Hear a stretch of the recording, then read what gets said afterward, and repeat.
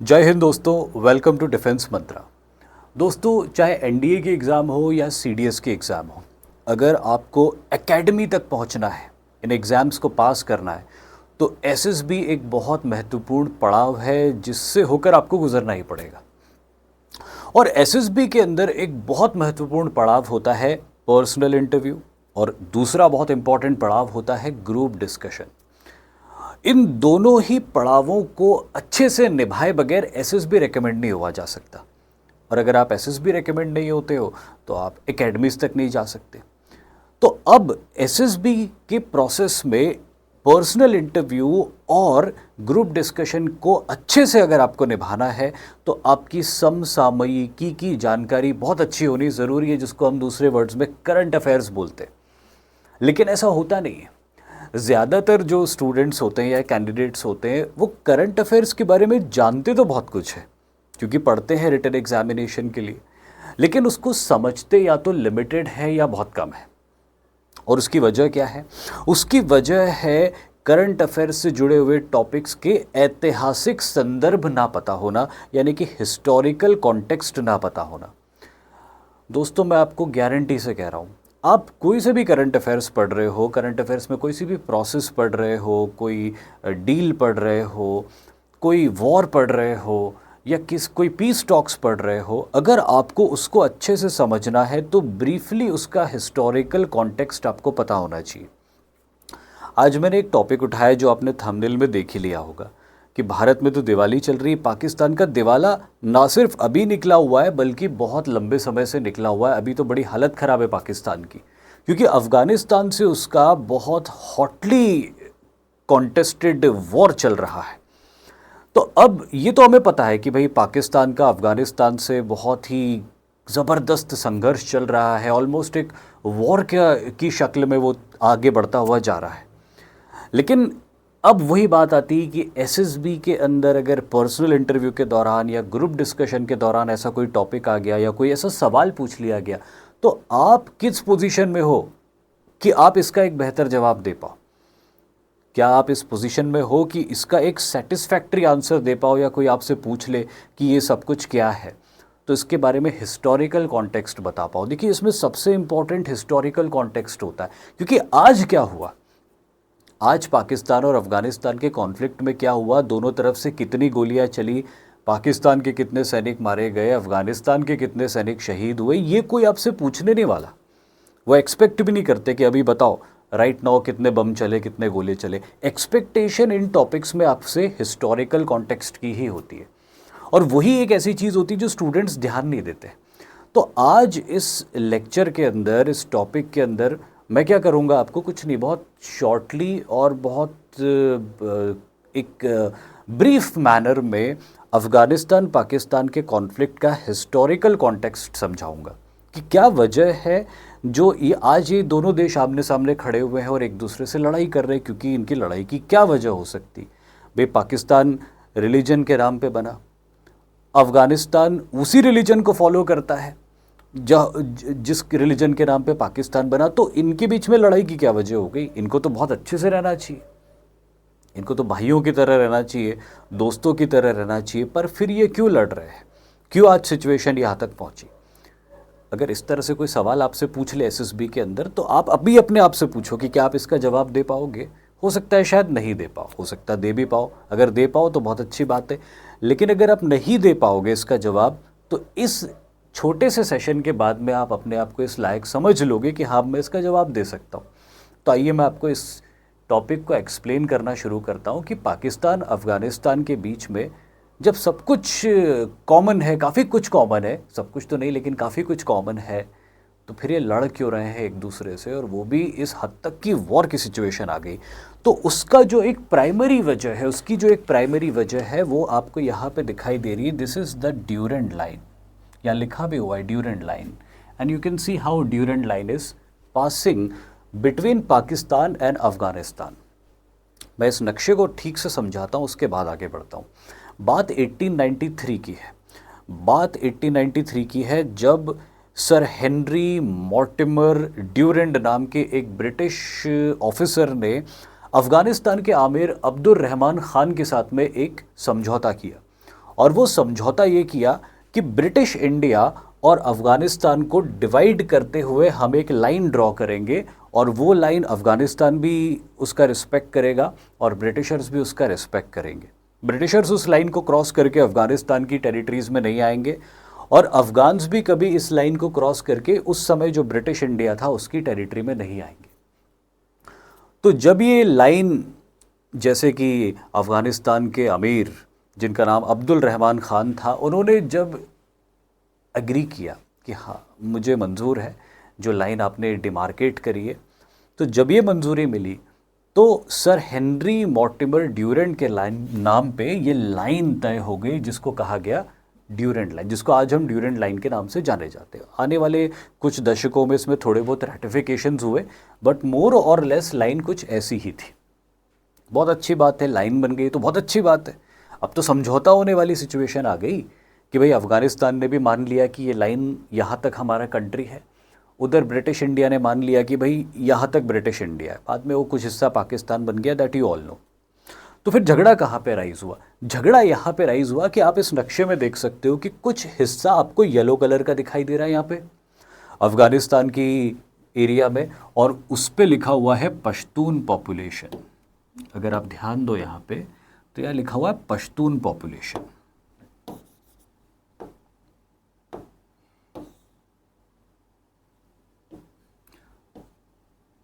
The Pashtun population. और यहाँ पे आपको पाकिस्तान के हिस्से में कुछ हरा रंग दिखाई दे रहा है, ये भी वही हरा रंग है जहाँ पे पश्तून पॉपुलेशन रहती है।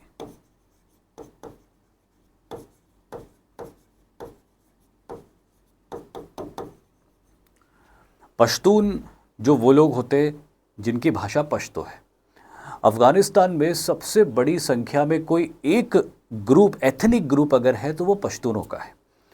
लेकिन पश्तून सिर्फ अफ़गानिस्तान में नहीं रहते। एक्चुअली अफ़गानिस्तान से ड्यूरेंट लाइन, जिसको आज हम ड्यूरेंट लाइन बोलते हैं, उसकी तरफ से पाकिस्तान में भी आप एंटर होते हो तो पश्तून पॉपुलेशन आपको काफ़ी आगे तक पाकिस्तान की तरफ फैली हुई दिखाई देती है। अब पहले तो ड्यूरेंट लाइन थी नहीं, ड्यूरेंट लाइन तो हुआ नहीं करती थी।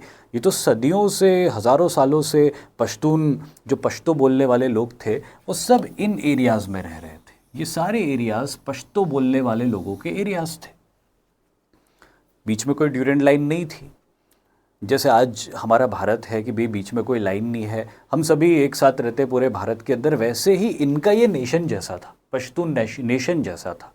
और इस पश्तून नेशन में चाहे आज के अफ़गानिस्तान के हिस्से हो या आज के पाकिस्तान के हिस्से हो, पश्तून पॉपुलेशन रहती थी। अब 1893 में जब ड्यूरेंट लाइन बनी तो ये ड्यूरेंट लाइन एक्चुअली पश्तूनों के इलाके के बीच से बनी। बिल्कुल आप देख सकते हो, यू कैन सी कि ड्यूरेंट लाइन जो बनी है ये बिल्कुल पश्तूनों के इलाके को बीच से बाइसेक्ट करती हुई बनाई गई है। यहाँ से सारी प्रॉब्लम शुरू हुई, लेकिन प्रॉब्लम 1893 में शुरू नहीं हुई या प्रॉब्लम 1919 में शुरू नहीं हुई। इस समय ड्यूरेंट लाइन बन गई, लोकल पश्तूनों को एक्सेप्टेबल नहीं था, लेकिन उनके आमिर ने बोल दिया तो ड्यूरेंट लाइन बन गई। पश्तूनों को एक्सेप्टेबल नहीं है, आमिर ने बोल दिया कि ड्यूरेंट लाइन बनेगी, ब्रिटिशर्स ने एक्सेप्ट कर लिया, फिर भी कोई झगड़ा नहीं हुआ उस समय। उसकी वजह पता है आपको क्या है? क्योंकि ये जो ड्यूरेंट लाइन थी ये बहुत पोरस थी।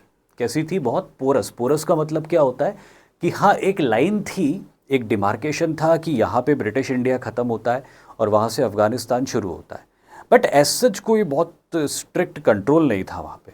लोग ईजीली आ जा सकते थे क्योंकि पॉपुलेशन तो वही थी ना, जो लोग यहाँ रहते थे वही भाषा बोलने वाले, वही संस्कृति को फॉलो करने वाले लोग यहाँ रहते थे, तो इनके तो आपस में संबंध होते थे, रोटी बेटी का रिश्ता था, ये तो एक ही लोग थे। तो कल तक जो सामने वाला गांव था आज वो एक दूसरे देश में हो गया था, पर इससे लोकल पॉपुलेशन को कोई फ़र्क नहीं पड़ा, वो तो इजीली आते जाते रहते थे, ना उनको कोई रोक टोक थी। तो ज़िंदगी में कभी कोई किसी को प्रॉब्लम नहीं आई इस ड्यूरेंट लाइन से, और लंबे समय तक ये लाइन बन गई थी, लेकिन हाईली पोरस लाइन थी, लोग इजीली आते जाते रहते थे, सिविलियंस, शादी ब्याह होते रहते थे, व्यापार होता रहता था, सब कुछ होता रहता था इस ड्यूरेंट लाइन के ऊपर, इसीलिए कभी कोई प्रॉब्लम नहीं आई। क्योंकि पश्तूनों के कल्चर के ऊपर उसका कोई इफेक्ट नहीं पड़ा, उनकी डेली लाइफ के ऊपर उसका कोई इफेक्ट नहीं पड़ा, उनकी इकोनॉमिक लाइफ के ऊपर उसका कोई इफेक्ट नहीं पड़ा। 1947 में ये जो इंडिया था ये पाकिस्तान बन गया। तो अब ड्यूरेंट लाइन अफगानिस्तान और इंडिया के बीच में ना होके अफगानिस्तान और पाकिस्तान के बीच में हो गई, जिसको अफगानिस्तान पाकिस्तान बॉर्डर भी बोलते ड्यूरेंट लाइन को। तो अब वो अफगानिस्तान पाकिस्तान के बीच में हो गई, तब भी कोई प्रॉब्लम नहीं आई, तब भी ज़िंदगी बढ़िया चलती रही। आपने कभी नहीं कहीं पढ़ा होगा कि ड्यूरेंट लाइन को लेके पाकिस्तान के शुरुआती डिकेड्स में कोई झगड़ा हुआ उसका अफगानों से, कोई झगड़ा नहीं हुआ। क्यों? क्योंकि वो लाइफ चल रही थी। वो जो पश्तूनों की कल्चरल, इकोनॉमिक और सोशल लाइफ थी वो उस पोरस बॉर्डर से चल रही थी, क्योंकि अफगानिस्तान और पाकिस्तान दोनों ने इस बॉर्डर को क्या बना रखा था, बहुत पोरस बना के रखा हुआ था। आओ जाओ इधर से उधर, कोई दिक्कत नहीं है, आराम से आओ जाओ, कोई रोक टोक नहीं है।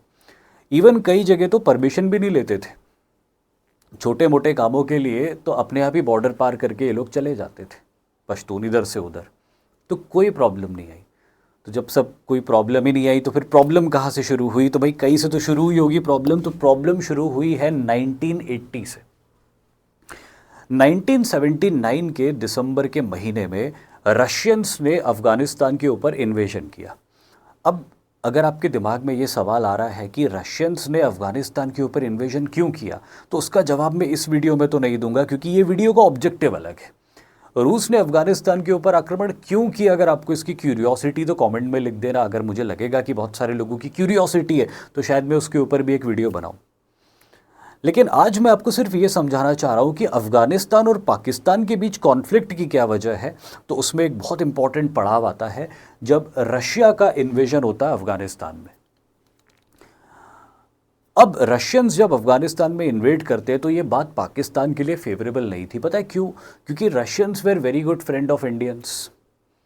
अब अगर रशियंस अफगानिस्तान में आके बैठ जाते और अपना इन्फ्लुएंस अफगानिस्तान के ऊपर जमा देते तो पाकिस्तान के लिए बड़ी बुरी कंडीशन हो जाती, क्योंकि पाकिस्तान के एक तरफ होता रशिया, दूसरी तरफ होता इंडिया, और ये दोनों एक दूसरे के बहुत अच्छे दोस्त थे।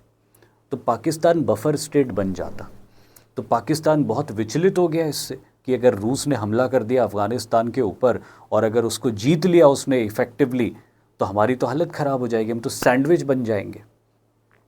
लेकिन वो क्या कर सकता था? कुछ भी नहीं कर सकता था। लेकिन रूस के अफगानिस्तान में हमला करने से एक और देश विचलित था, और वो था यूनाइटेड स्टेट्स ऑफ अमेरिका। वो क्यों विचलित था? क्योंकि उसको लगा कि अगर रूस अफगानिस्तान तक आ गया तो जल्दी ही रूस के लिए जो अरेबियन सी के रूट्स हैं वो ओपन हो सकते हैं, और अगर उसके लिए अरेबियन सी के रूट्स ओपन हो गए तो मिडिल ईस्ट के अंदर यूएसए का जो वर्चस्व है वो खतरे में पड़ सकता है। तो इसीलिए यूएसए भी विचलित हो गया। और यूएसए ऐसा देश था जो बहुत कुछ कर सकता था, इसीलिए यूनाइटेड स्टेट्स ऑफ अमेरिका ने पाकिस्तान को एक टूल की तरह यूज़ किया। उसने पाकिस्तान को बुलाया कि देखो भाई, अब रूस अफगानिस्तान में आ गया है, ये आपके लिए भी फेवरेबल नहीं है और हमारे लिए भी फेवरेबल नहीं है, तो हमको इसको अफगानिस्तान से वापस खदेड़ना है सेंट्रल एशिया की तरफ या रशिया की तरफ, और इसमें आपको हमारा साथ देना पड़ेगा। तो पाकिस्तान ने बोला बिल्कुल मैं तो तैयार हूँ, मैं तो चाहता ही नहीं कि रूस अफगानिस्तान में आके बैठे, वरना ये और भारत मिलके पता नहीं मेरा क्या हाल करेंगे। तो अब यूएसए और पाकिस्तान ने मिलकर रूस के साथ एक लंबी लड़ाई शुरू करी। ये लड़ाई लगभग एक डिकेड तक चली थी और इस लड़ाई ने सब कुछ बदल के रख दिया। आगे और भी घटनाएं हुई, लेकिन ये लड़ाई जो थी ये पाकिस्तान और अफ़गानिस्तान के रिश्तों में एक बहुत महत्वपूर्ण पड़ाव था, जहाँ से चीज़ें बदलने लग गई थी। अब देखिए, रूस ने अफ़गानिस्तान के ऊपर जब आक्रमण किया और पाकिस्तान ने अमेरिका की मदद से, देखिए अमेरिका ने कुछ नहीं किया, यूनाइटेड स्टेट्स ऑफ अमेरिका ने हथियार सप्लाई किए और पैसे दिए। पाकिस्तान ने अफ़गानिस्तान के अंदर रहते हुए, Pakistan actively helped Afghans to combat Russians with the help of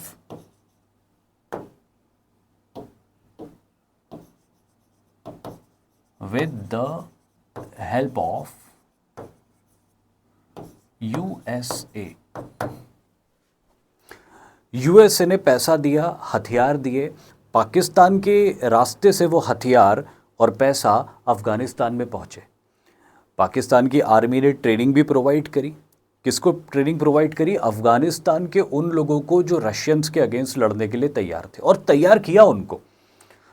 Afghanistan में बहुत से ऐसे लोग भी थे जो रशियंस को वेलकम भी कर रहे थे कि अच्छी बात है, अब ये आ गए हमारे यहाँ तो हमारे देश का डेवलपमेंट करेंगे, इनके हिसाब का प्रेसिडेंट बिठाएंगे या प्राइम मिनिस्टर यहाँ पे बिठाएंगे और ये फिर हमारे यहाँ डेवलपमेंट करेंगे। लेकिन पाकिस्तान ने अफगानिस्तान के उन लोगों को इकट्ठा किया जो थोड़े रेडिकल थे, और उनको कहा कि जो रशियंस हैं ये कम्युनिस्ट लोग हैं, और ये जो कम्युनिस्ट लोग होते हैं ये रिलीजन को नहीं मानते, ये अपने देश में मंदिर, चर्च या मस्जिद इनको डिस्ट्रॉय कर देते।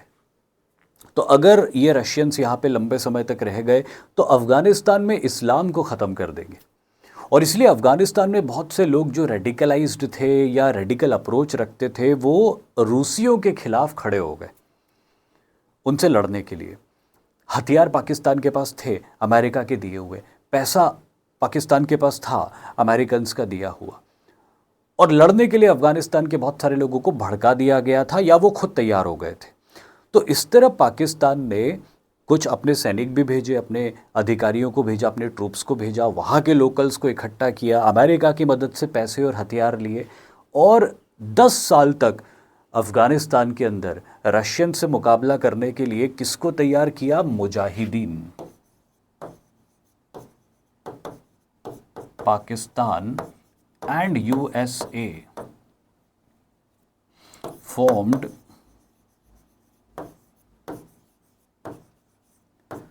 मुजाहिदीन। उस समय जो अफ़गानिस्तान के अंदर टेररिस्ट होते थे या जो कॉम्बेटेंट्स होते थे या मिलिटेंट्स होते थे, उनके लिए जो यूएसए टर्म यूज़ करता था वो मुजाहिदीन टर्म यूज़ करता था, जो एक बहुत पॉजिटिव वे में होती थी टर्म, कि ये लोग अपने धर्म की रक्षा के लिए लड़ाई कर रहे हैं। उस समय अमेरिका इन लोगों को टेररिस्ट नहीं कहता था या मिलिटेंट नहीं कहता, इवन मिलिटेंट भी नहीं कहता था, टेररिस्ट तो बहुत दूर की बात है। वो उनको कहते थे मुजाहिदीन, कि ये मुजाहिदीन है और जो लड़ाई ये रशियंस के अगेंस्ट लड़ रहे हैं वो बिल्कुल वैलिड है और हमारा पूरा सपोर्ट है। उनको खुल के सपोर्ट किया अमेरिकन्स ने, और बहुत लंबे समय तक ये लड़ाई चली। और फिर रशियंस को इकोनॉमिकल सेटबैक्स बहुत सारे हुए इस प्रोसेस में, और रशियंस ने लगभग 1989 में यहाँ से विड्रॉ कर लिया, वो वापस चले गए रशियंस। तो एक तरह से मुजाहिदीन ये लड़ाई जीत गए। कॉन्ग्रेचुलेशंस मुजाहिदीन, आप तो ये लड़ाई जीत गए। रशियंस तो वापस चले गए। 10 साल आपके इलाके में रह के उन्होंने कोशिश करी आपको कंट्रोल करने की, लेकिन आप कंट्रोल नहीं हो पाए और वो वापस चले गए। अब अफ़गानिस्तान में क्या हुआ? अब आप देखिए अफ़गानिस्तान में क्या होता है। रशियंस के जाने के बाद असली समस्या अफ़गानिस्तान में अब शुरू होती है। Russian withdrawal and civil war in Afghanistan. ये 3 इंडिविजुअल आपको फोटोग्राफ्स दिखाई दे रहे हैं, मैं तीनों के नाम लिख के बताता हूँ। इनका नाम है अहमद शाह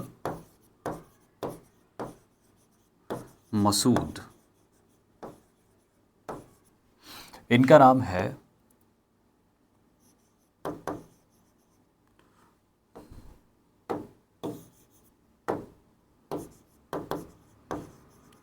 अब्दुल रशीद दोस्तम, और इनका नाम है गुलबदीन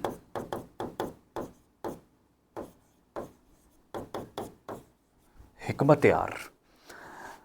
ये जो अहमद शाह मसूद है, अब्दुल रशीद दोस्तम है या गुलबदीन हिकमतयार है, ये तीनों मुजाहिदीन के लीडर्स हुआ करते थे। मुजाहिदीनों के बहुत सारे ग्रुप्स बने थे अफ़गानिस्तान में।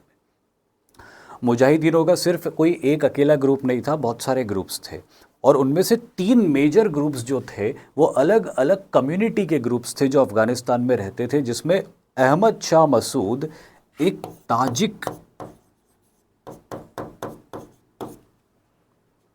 ताजिक मुजाहिदीनों के लीडर थे।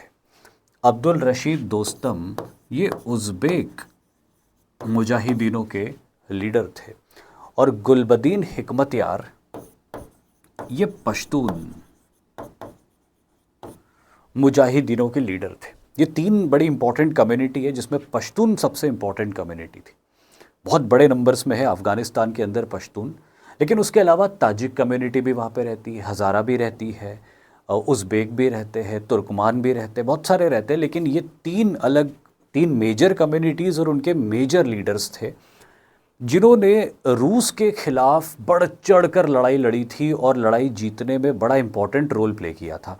अब रूस के जाने के बाद इनके बीच में पावर स्ट्रगल शुरू हुआ कि अफ़गानिस्तान की पावर आएगी किसके हाथ में।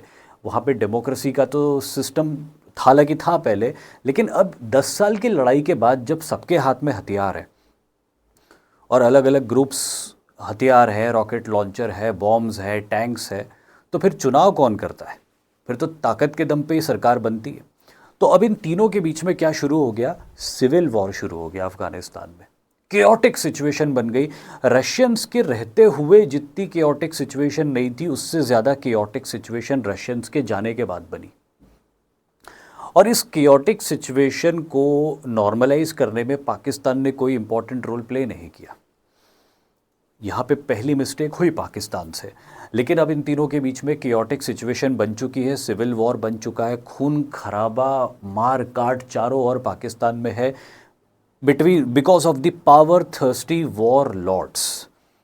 ये सब कुछ हो रहा था अफगानिस्तान के अंदर। इसी प्रोसेस में 1994 के अंदर एक बहुत बड़ा डेवलपमेंट होता है और वो होता है राइज ऑफ तालिबान। अब एक कहानी है जिसका कोई एविडेंशियली तो कोई बहुत ज़्यादा स्ट्रॉन्ग एविडेंसेस नहीं है उसके, लेकिन एक बड़ी मशहूर कहानी है। कंधार नाम की एक जगह है अफ़गानिस्तान के नक्शे में, अगर आप देखोगे तो आपको कंधार मिलेगा ईस्टर्न साइड में। कंधार एक ऐसी जगह थी जहाँ पे बहुत सारे पश्तून भी रहते थे, दूसरी कम्युनिटीज़ भी रहती थी, और एक बड़ा शहर भी अफ़गानिस्तान का।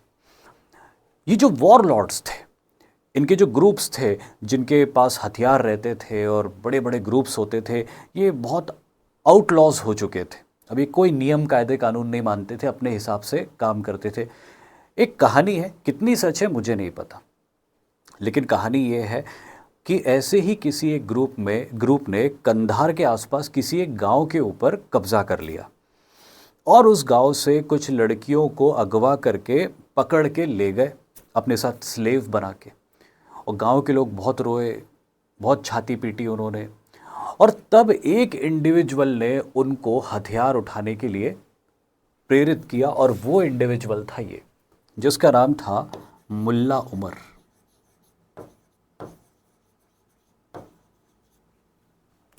मुल्ला उमर एक तालिबान था। तालिबान मतलब क्या? तालिबान मतलब जो इस्लामी शिक्षा लेते थे, जो कोर इस्लामी शिक्षा लेते थे मदरसों में पढ़ के, और उसी शिक्षा के हिसाब से अपना जीवन यापन करते थे, उनको तालिबान कहते थे। तालिब मतलब स्टूडेंट होता है, तालिबान मतलब प्लूरल होता है स्टूडेंट का। So they were basically students of the Islamic education. तो ऐसे ये एक इंडिविजुअल था जिसका अच्छा होल्ड था अपने इलाके में, अपने लोगों के ऊपर। ये भी पश्तून था। He also came from the Pashtun community. जिन लड़कियों को उठा के ले जाया गया था वो भी पश्तून थी। जो उठा के ले गए थे वो पश्तून नहीं थे, वो ताजिक थे या उज़्बेक थे, आई डोंट नो, बट वो पश्तून नहीं थे। तो अब इन्होंने उस गांव के लोगों को कहा कि ऐसे रोने से तो कुछ नहीं होगा, अगर अपनी इज्जत बचानी है तो लड़ना पड़ेगा, हथियार उठाने पड़ेंगे। हथियारों की कोई कमी नहीं थी अफगानिस्तान में जब से रशियंस के साथ लड़ाई चल रही थी।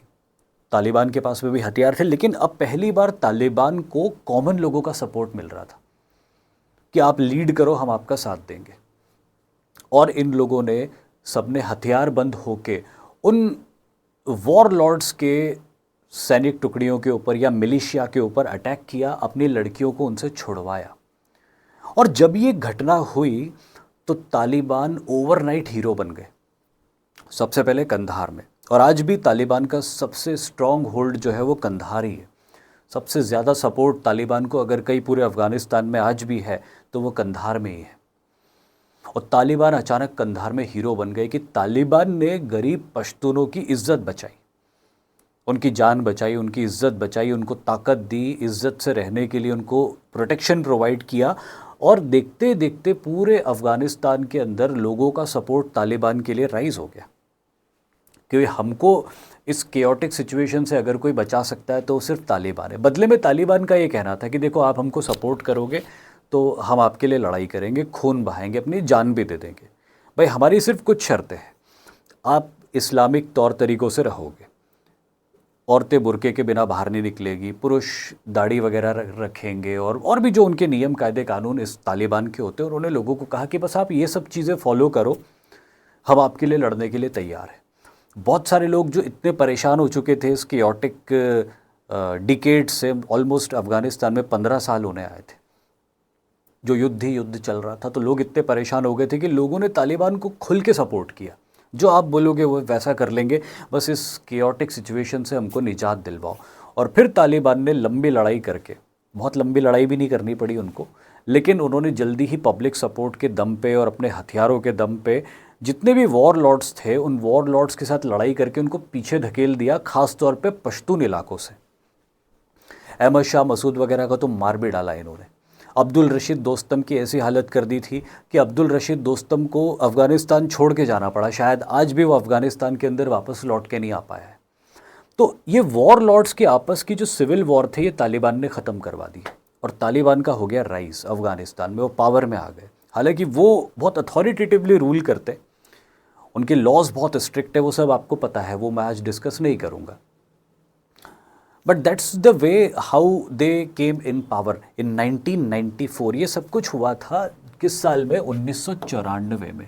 तो आप समझ सकते हो कि 1989 में रशियंस वापस गए और 1994 में तालिबान आया। तो 5 सालों तक अफ़गानिस्तान के अंदर सिविल वॉर और केओटिक सिचुएशन रही थी, जिससे लोग परेशान हो गए थे और इसलिए तालिबान को सपोर्ट किया। अब यहाँ तक भी चीज़ें ठीक है, पाकिस्तान ने भी तालिबान को सपोर्ट किया। भाई तालिबान जो एक रेडिकल इस्लामिक ग्रुप था, पाकिस्तान के लिए सूटेबल था। अभी भी पाकिस्तान अफ़गानिस्तान के बीच में कोई प्रॉब्लम नहीं हो रही है, राइट। फिर गेम चेंज होता है सन 2001 में, जब अमेरिकन्स के ऊपर एक बहुत बड़ा अटैक होता है। आप सभी ने ये चीज़ देखी होगी, सुनी होगी, नहीं देखी हो तो यूट्यूब पे जाके देखना, 9/11 अटैक्स ऑन अमेरिका। जब अल कायदा के आतंकवादियों ने अमेरिकन एयरलाइंस के प्लेन्स को हाईजैक करके न्यूयॉर्क की इन 2 बिल्डिंग्स जिनको वर्ल्ड ट्रेड सेंटर कहते थे उसके ऊपर भिड़ा दिया था। That was their challenge to America कि we don't consider you as world leader and we don't accept your dictatorship, we challenge you, we will enter in your house and hit you heart in your heart. अब American के लिए बहुत बड़ा challenge था कि एक organisation उठ खड़ा हुआ है और उसने अमेरिका के न्यूयॉर्क में जाके अटैक किया है, और वो भी वर्ल्ड ट्रेड सेंटर के ऊपर अटैक किया। और ऐसा ग्राफिकली वायलेंट अटैक है वो कि आप देख सकते हो यहाँ पे कि पूरा का पूरा एरोप्लेन ले जाके बिल्डिंग के अंदर ठोक दिया। इवेंचुअली बिल्डिंग्स दोनों कोलैप्स हो गई थी, इतनी आग लगी थी इस बिल्डिंग के अंदर, इतनी आग लगी थी कि बिल्डिंग्स कोलैप्स हो गई थी। अब अमेरिकन्स को अल कायदा चाहिए था, और अल कायदा का लीडर चाहिए था ओसामा बिन लादेन।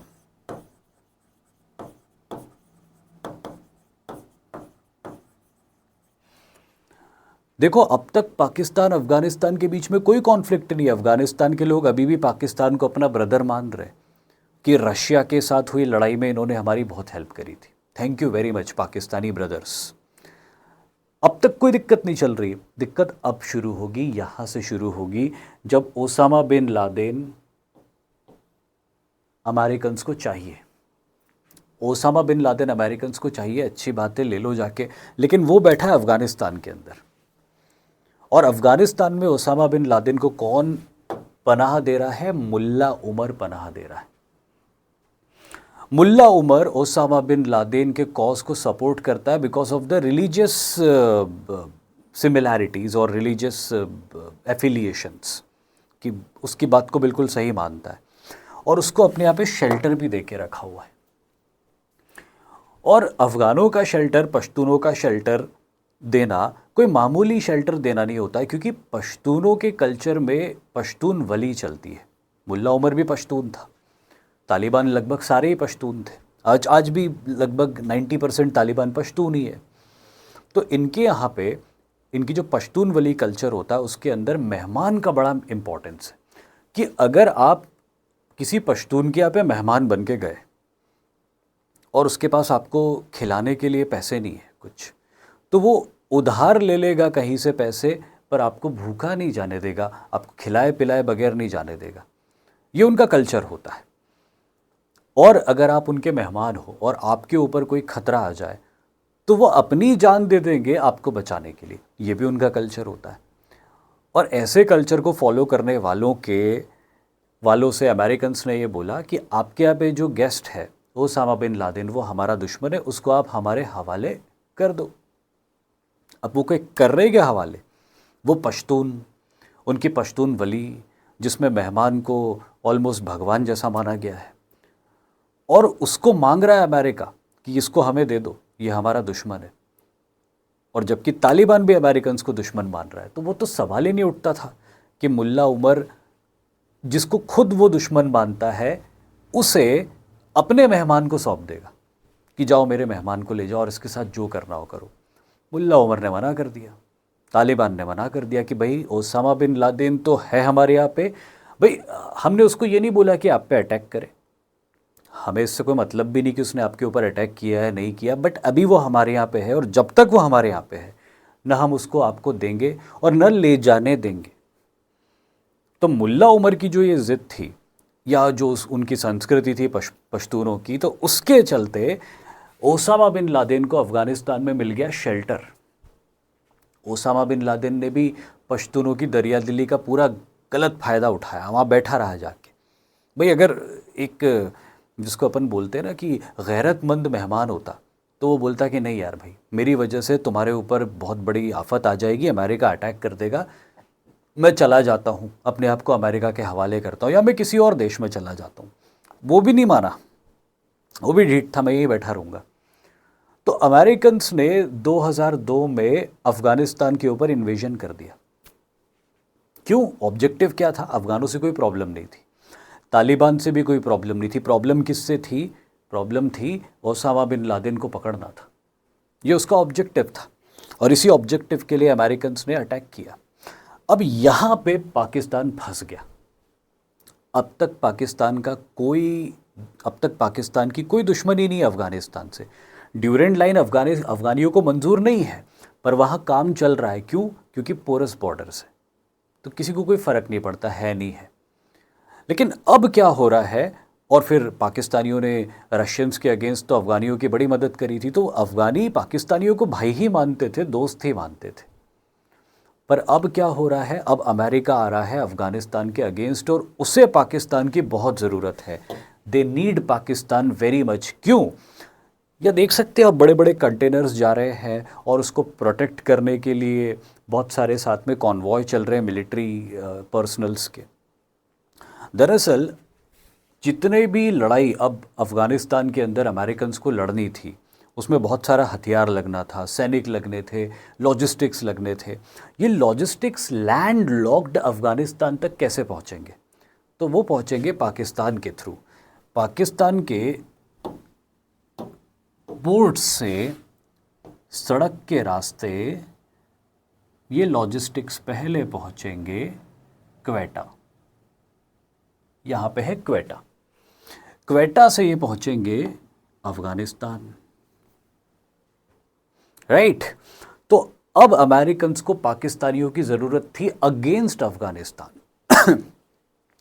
इस समय अगर पाकिस्तानी अमेरिकन्स को बोल देते कि नहीं, अफ़गान हमारे भाई हैं और आप अगर उनके खिलाफ़ लड़ने जाओगे तो हम अपने रास्ते आपको नहीं देंगे, अपनी ज़मीन के थ्रू आपकी गाड़ियाँ पहुँचने ही नहीं देंगे अफ़गानिस्तान। अगर पाकिस्तान ये उस समय बोल देता, अमेरिकन्स लड़ ही नहीं सकते थे, 10 दिन भी नहीं लड़ सकते थे अफ़गानों से। लेकिन पाकिस्तान जो अमेरिका के पैसों पे ही पलता आया है, जब से बना है, पाकिस्तान अमेरिका के अगेंस्ट जा ही नहीं सकता। अभी भी आप देख ही रहे हो, पाकिस्तान हमेशा अमेरिका की गोद में जाके बैठा रहता है। कुछ भी होता है तो तुरंत गोदी में जाता है। ऑपरेशन सिंदूर हुआ तो डर के मारे फिर अमेरिका की गोदी में जाके बैठा कि कैसे भी करके इंडिया को रोको। 1999 का कारगिल वॉर हुआ था, तब भी पाकिस्तान अमेरिका की गोदी में जाके बैठ गया था कि कैसे भी करके भारत को रोको। 1965 में जो पिट रहा था तो भी वेस्टर्न वर्ल्ड की गोदी में जाके बैठा था कि सीज़ फायर करवाओ। 1971 में भी बैठ रहा था वो गोदी में जाने के लिए, लेकिन हमने मौका ही नहीं दिया था उसको कि अभी गोदी गोदी में नहीं तुम बैठोगे, किसी की जाने ही नहीं देंगे तुमको। लेकिन अब पाकिस्तान क्या करता? अब पाकिस्तान के सामने दो चॉइस थी, या तो वो तालिबान को सपोर्ट करे और अमेरिकन्स को अपने यहाँ से गुजरने ना दे, या फिर वो अमेरिकन्स को सपोर्ट करे और तालिबान जाए भाड़ में। तो पाकिस्तान ने ये चूज़ किया कि हम अमेरिकन्स को सपोर्ट करेंगे, तालिबान जाए भाड़ में, फ़र्क नहीं पड़ता, क्योंकि पैसा तो हमको अमेरिका ही दे रहा है। हम खुद तो कुछ क्रिएट कर नहीं पा रहे। हमारे यहाँ तो कोई ऐसी इंडस्ट्रियलाइजेशन नहीं हो रहा है या एग्रीकल्चर की क्रांति नहीं आई हुई है कि हम खूब रेवेन्यू जनरेट कर रहे हैं और दुनिया भर में चीज़ें एक्सपोर्ट करें। ऐसा तो कुछ है नहीं पाकिस्तान में। वो तो बाहर से आए पैसों पे ही पल रहा है, जब से बना हुआ देश है। तो उन्होंने बोला कि अगर अपन इनको सपोर्ट नहीं करेंगे जो सदियों से अपने को पैसा देते आ रहे हैं, तो अपन तो 10 दिन में ख़त्म हो जाएंगे, 10 साल में ख़त्म हो जाएंगे। पाकिस्तान ने बोला नहीं, अमेरिका माई बाप है, आप निकलो, आपको पूरा सपोर्ट दिया जाएगा, जो पैसा आता है उसमें कोई कटौती नहीं होनी चाहिए, वो रेगुलर आना चाहिए। यहाँ पे मामला बिगड़ गया। सारा मामला जो बिगड़ा वो यहाँ पे बिगड़ा क्योंकि तालिबान के लिए या अफ़गानों के लिए ये पाकिस्तान की तरफ से बिट्रेयल था कि तुमने हमको बिट्रे किया। अगर तुम वाकई में हमारे भाई होते, कभी अमेरिकन्स को रास्ता नहीं देते हमारे आने के लिए, लेकिन तुमने रास्ता दिया, सपोर्ट भी किया उनको। रास्ता तो दिया ही दिया और उल्टा काफ़ी और सपोर्ट भी किया, जो मैं आज के वीडियो में डिस्कस नहीं करूँगा क्योंकि बहुत अलग अलग तरीके से सपोर्ट किया। बट आपको बेसिक पॉइंट समझ में आ गया कि Pakistan is supporting Americans against Taliban, और यहाँ पे अफ़गानों और तालिबानों के लिए पाकिस्तान दुश्मन बन गए। अब क्या होता है? अब देखिए, Pakistani army to search and destroy al Qaeda and Taliban terrorist. अब देखो, अगर आप यहाँ पे देखोगे इस नक्शे के अंदर, तो मैंने आपको बताया था कि जो अफ़गानिस्तान और पाकिस्तान की बॉर्डर है वो क्या है, पोरस बॉर्डर है।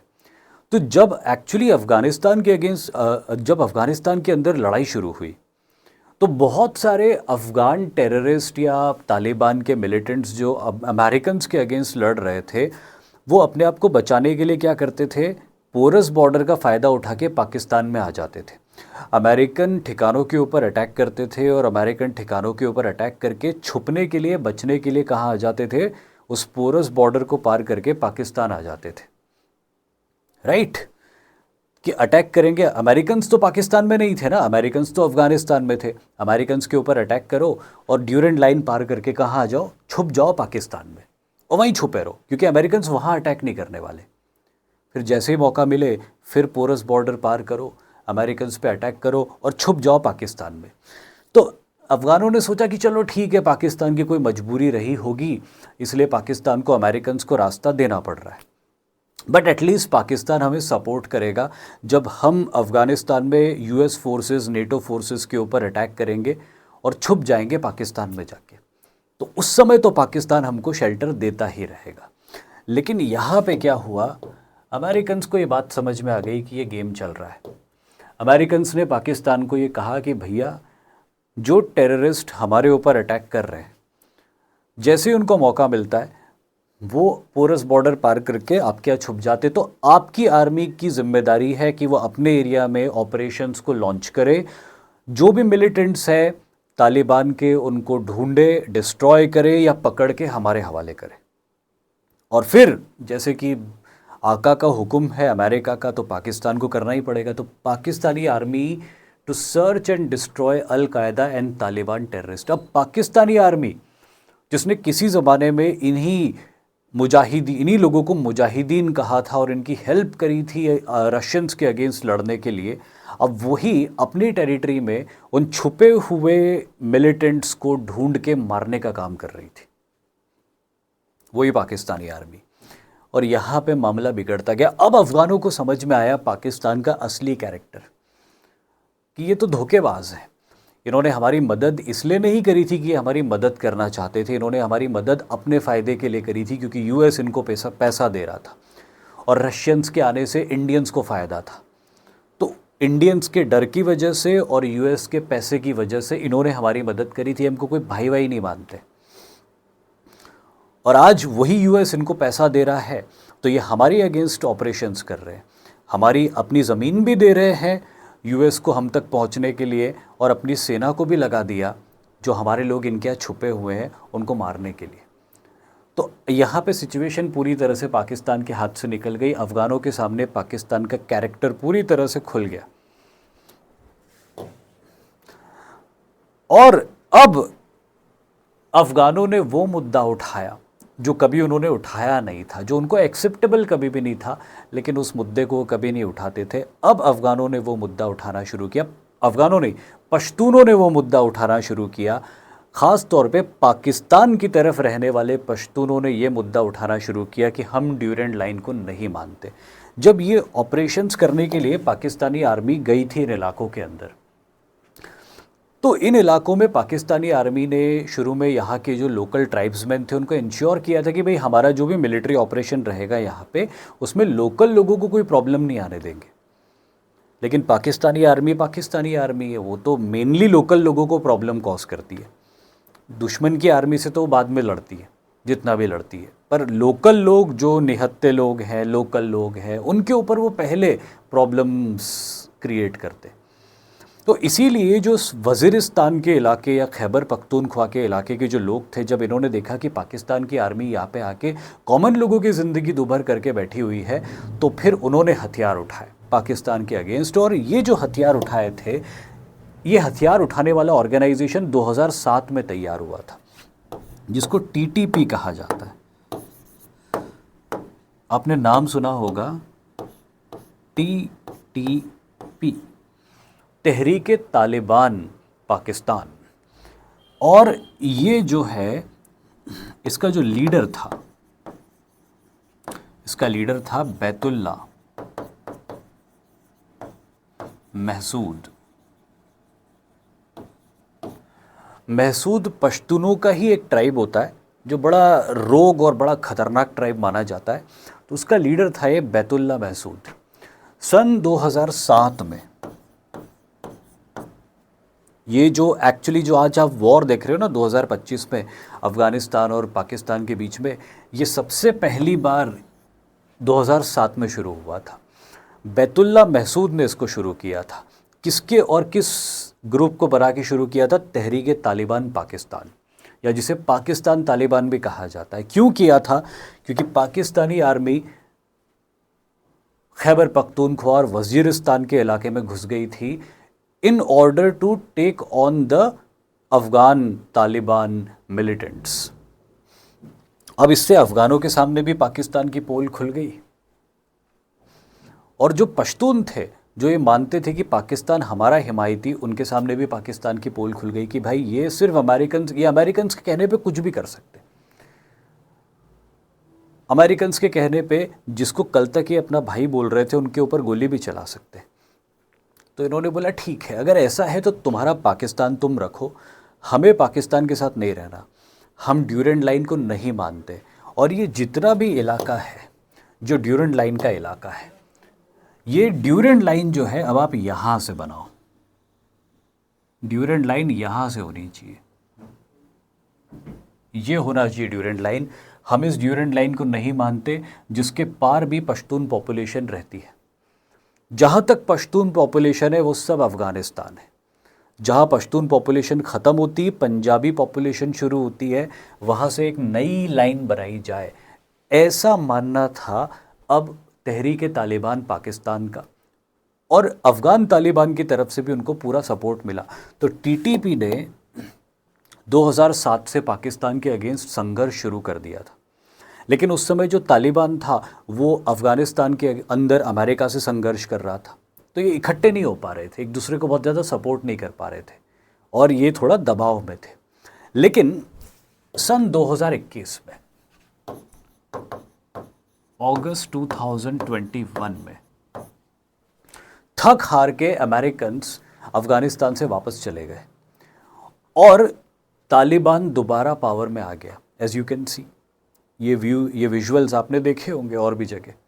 2021 में Taliban came back in power in Afghanistan. और अब जो तालिबान पावर में आया था वो पाकिस्तान का कैरेक्टर पहले ही देख चुका था।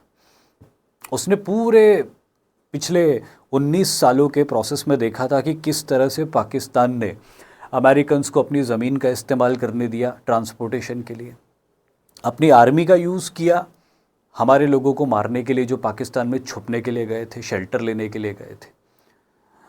तो अब जो तालिबान आया था उसकी पाकिस्तान से कोई सिंपैथी नहीं थी, उसकी पाकिस्तान से कोई सिंपैथी नहीं थी।